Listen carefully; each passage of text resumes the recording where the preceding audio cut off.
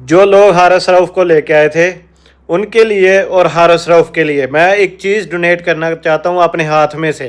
آپ سمجھ سکتے ہیں یہ وہ بندہ ہے, یہ وہ بولر ہے.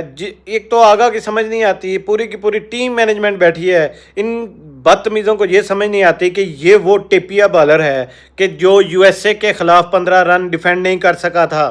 یہ چول کا بچہ یو ایس اے میں ہار گیا تھا. اس نے 2022 میں انڈیا سے 19 رن کھائے تھے.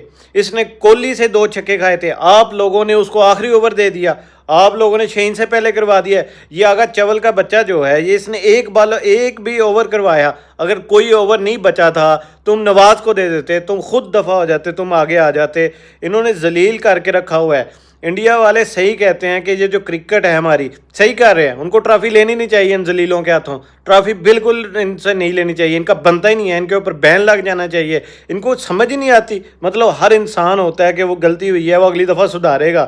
ان کے چولوں کی یہی بات ہے, وہ پہلے 2 دفعہ آپ کو جگہ جگہ ذلیل کروا چکا ہے, آپ پھر جا کے اس کو 10 اوور میں دے رہے ہیں کہ آخری اوور میں یہ 10 سکور بچا لے گا. بچا لیا اس نے, آ گئی ٹھنڈ پڑ گئی, سکون آ گیا سب کو. اب